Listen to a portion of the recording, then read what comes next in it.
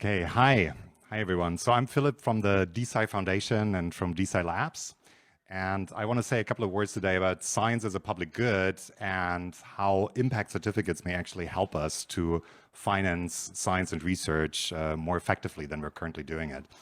And just as a warning, what I'm going to talk about are not final solutions. So you will see that there's a lot of opportunities, but there's also a really huge design space. So there's a lot of things that we need to figure out. So rather than presenting final solutions, I really just want to get a discussion started on this. And I want to start by giving a huge shout out to our friends at Protocol Labs, and in particular to Juan Benet, who actually made us start thinking about using impact certificates when we first talked to him about DeSci and the system that we're building. So let's start with some basics. So just as a brief reminder, in economics, we actually define a public good as a good that is non-excludable and non-rivalrous. And science and research are primary examples of public goods. So, right? So if you think of something like calculus, I can't stop you from using calculus. And if I use calculus, it doesn't reduce your value of using calculus in any way. But that actually brings a problem with it because traditional market mechanisms where you actually want to charge people for the usage of a good don't really work well. And we end up providing fewer public goods than what is socially optimal. And as a result, public goods, they often depend on government interventions and on altruism to be provided. So of course, this is actually what's going on at the moment. So we have mostly government sponsorship and altruistic sponsors and foundations actually funding a lot of the basic research that is going on. But the problem is that the current funding systems are far from optimal, right? So there's a large degree of inefficiency. And this is actually where impact certificates can come in.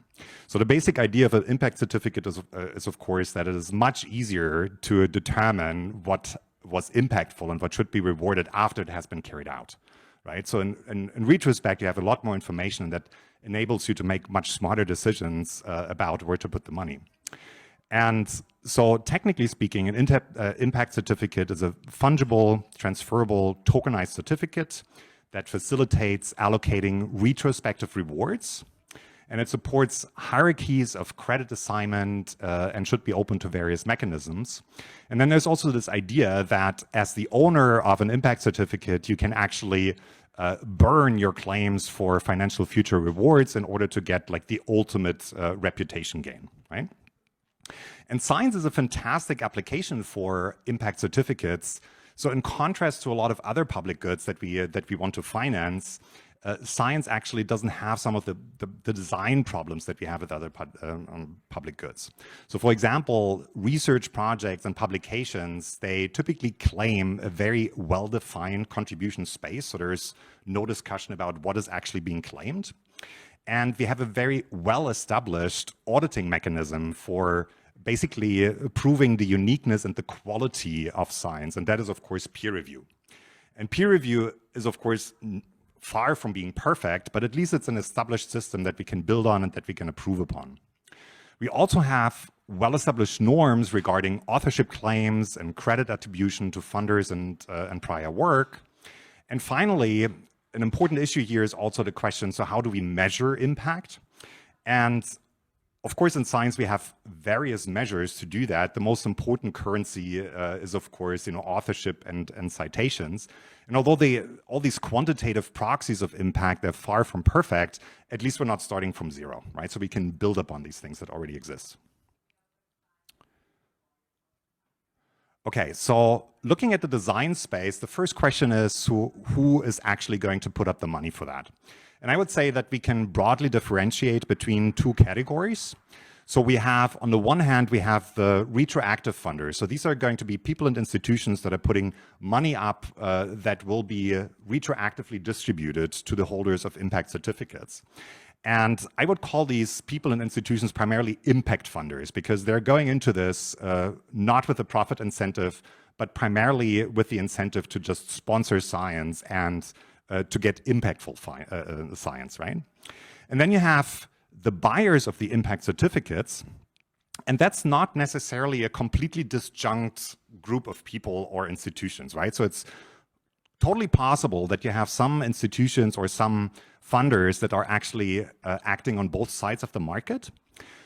But as impact certificate buyers, you can also think of normal people like you and I who can actually make a statement that this is a particular piece of research that we care about and we can support it, right? And you can also think about institutional investors who come in and who buy these impact certificates with a profit incentive, basically trying to buy them at a lower price than they could ultimately sell them for or be rewarded for. So who gets what?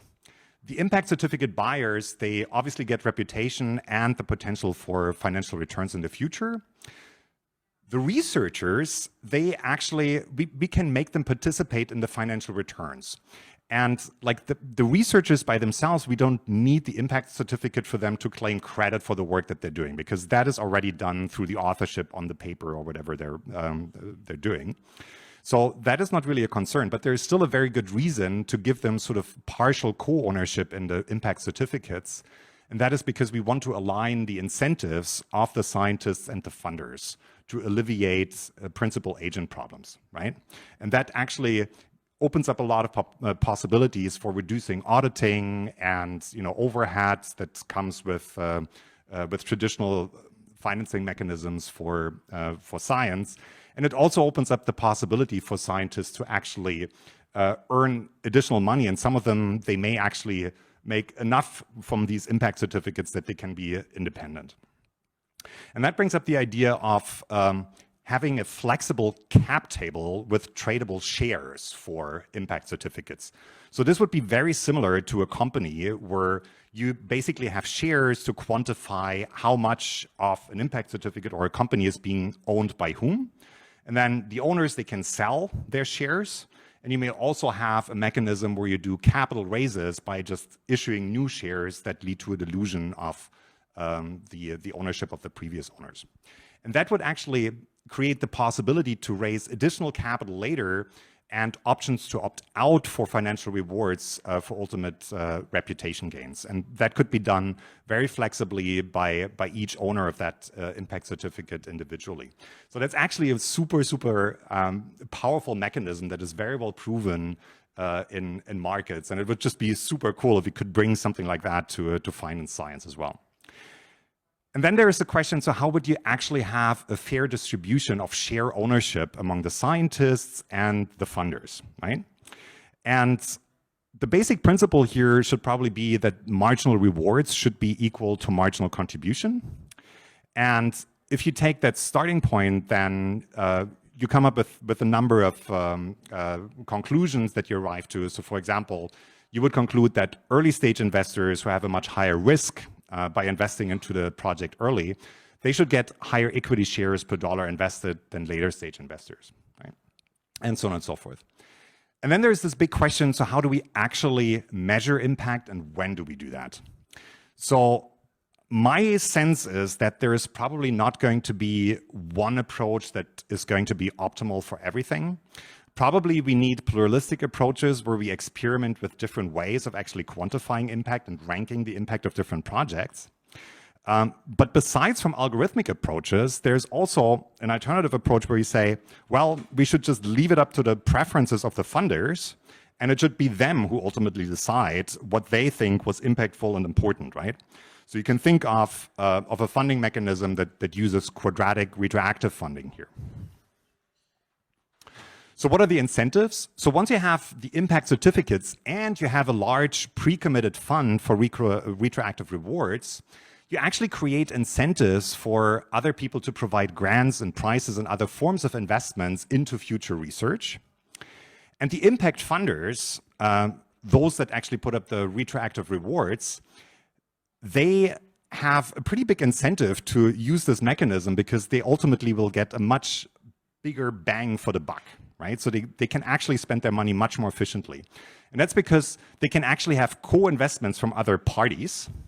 So through crowdfunding, they sort of also have this guarantee that a part of their funds, at least, will be allocated very efficiently based on information about what actually worked. And because we can actually solve this principal agent problem to some extent, it reduces the need for overhead and monitoring. And finally, because everything is going to be on the blockchain, we have this beautiful and open data about who did what and how, we can actually have very detailed information about the impact of these investments, which is what these funders ultimately care about.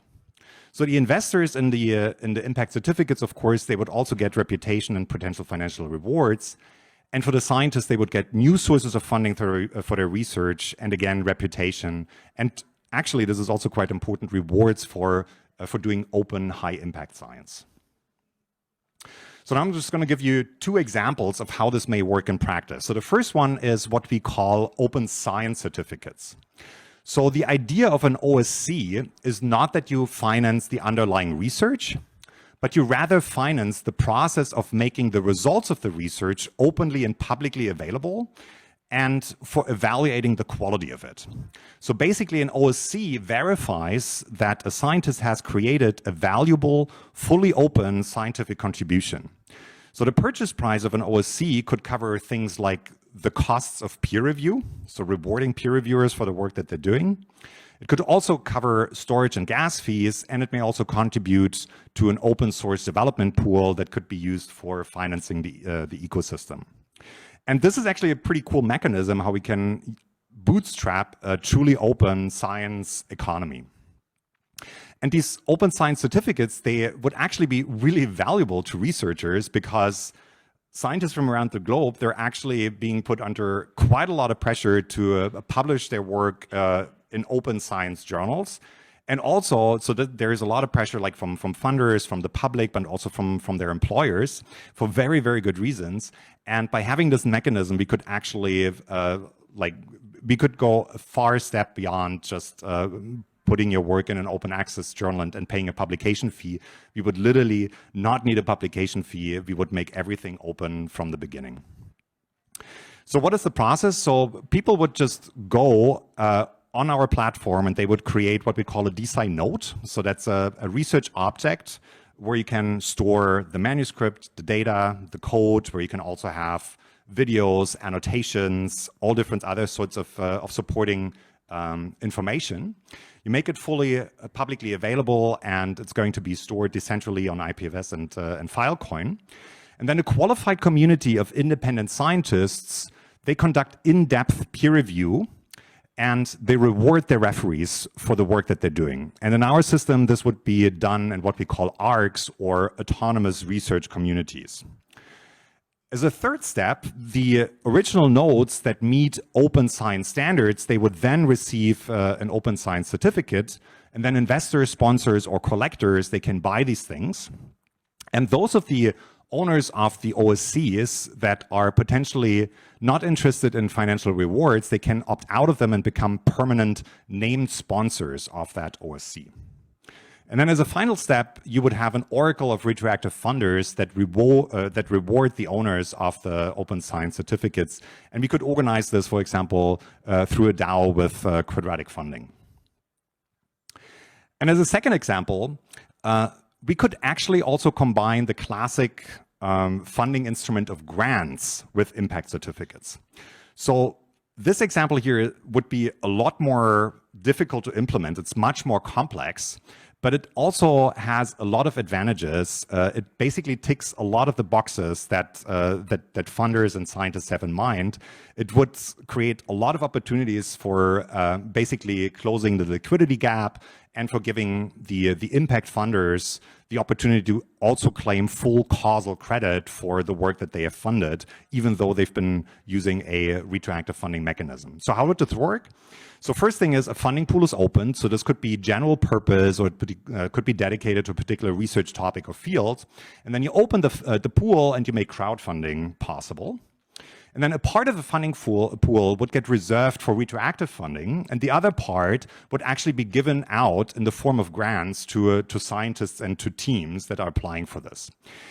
And here at this third point, the funders can actually decide if they want to decide which proposals they want to sponsor, or they can completely outsource that entire decision-making process to an ARC that would review the proposals and allocate the funds. And at this point, we would have a lot of opportunities to experiment with more efficient ways to allocate grants, right? So one thing you could do here is, rather than what we're currently having in our current system, where you typically give out relatively large grants to a small number of people. So like grant funding rates are usually like around 10% of the applications, which is really, really low. So instead, what you could do is you could give out a lot of micro grants to basically allow a lot of different groups to start experimenting with their ideas. And then additional funders can come in and they can invest into the projects by buying shares in these impact certificates on the marketplace.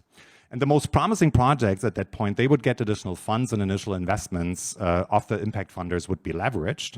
And then finally, an Oracle would reward later stage buyers of the impact certificate share owners. So the good investors, they would make a profit, and the impact investors, they could opt out of the financial rewards and become permanent named sponsors of that research. So these are some starting points, some ideas that we're currently toying around with. This is all work in progress. We'd love you guys to join us. This is our QR code here for the Discord. So hop on the Discord, join our discussions, and help us build this. Thanks.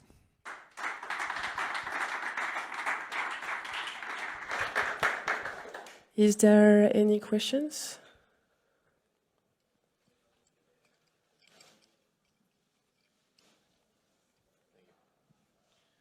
So thanks for the talk. I must say that DeSci is interesting as a whole. And in particular, what interests me is the new metric you're introducing to this world. Coming from some years in the academia, I see that the main metric for value of a paper or research is probably the H-index of the author or either the number of citations. And right now you're introducing this IC or OSCs that have some value in the DeFi market. And can you try to explain how does this not compromise the true value that was defined before DeSci? Right. So, I mean, the big question is, what is the true value, right? So how do you determine that? And I think this is really the big question that we have to resolve. So the current metrics that people are using, such as, in which journal have you published? So what's the impact factor of that journal? How many citations does your paper get? These are all like rough proxies for how important that idea was relative to other ideas in the same fields. But these metrics, they're problematic because, for example, they do not take into account whether the work that was published is actually reproducible and replicable, right? So one thing we could actually think about is if we want to stick with the traditional metrics, and if we would take them as, potential indicators of true value, we could combine them with markers of replicability and reproducibility, which we can actually also generate in these nodes and have them basically verified through peer review in our system. So that is one approach. And the other thing is also like what the ultimate value of research is probably not an objective criterion to begin with, right? So, I mean, if you're suffering from cancer, then any research that is related to curing your disease is much more important to you than any other research, right? So there's also something to be said here that, it should be ultimately the funders who decide what is actually impactful and meaningful to them. So I would see that as complementary approaches, and I'm arguing for various for a plurality of different approaches to measure impact.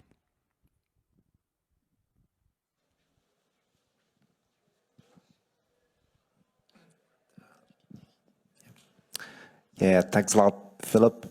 So Martin Kodar is my name. I'm working on a project called Fleming Protocol. We're involved at the kind of patient side of this, where we want to pull biomedical innovation from the academic domain, and we see the patient groups as possible funders for these types of projects. But how do you see this type of a situation integrating with the existing intellectual property situation, so the traditional patent situation and the kind of trade secret side of things as well? Yeah. So I think there's an obvious conflict between doing science totally openly and doing it under an IP regime where one particular entity actually owns the property and can license it out and basically has a temporary monopoly, right? So in a way, So this entire IP mechanism is sort of like it's a broken crutch to solve the public goods, problem that we're having, because instead of actually solving the problem, it introduces a new one, which is that yes, you basically give an incentive for people to develop these things, but you're doing it at the cost of creating a temporary monopoly that is going to be awfully exploited, right? So I think there's obviously a conflict between these two things. However, so I completely understand that IPs will remain to be an important mechanism, so especially in pharma and so on and so forth. So I don't think that it's going to go away. But what could happen is that you sort of have agents or companies that are starting to use these impact certificates to sort of incentivize basic research that they think is necessary to be conducted before they can actually do research at the IP stage.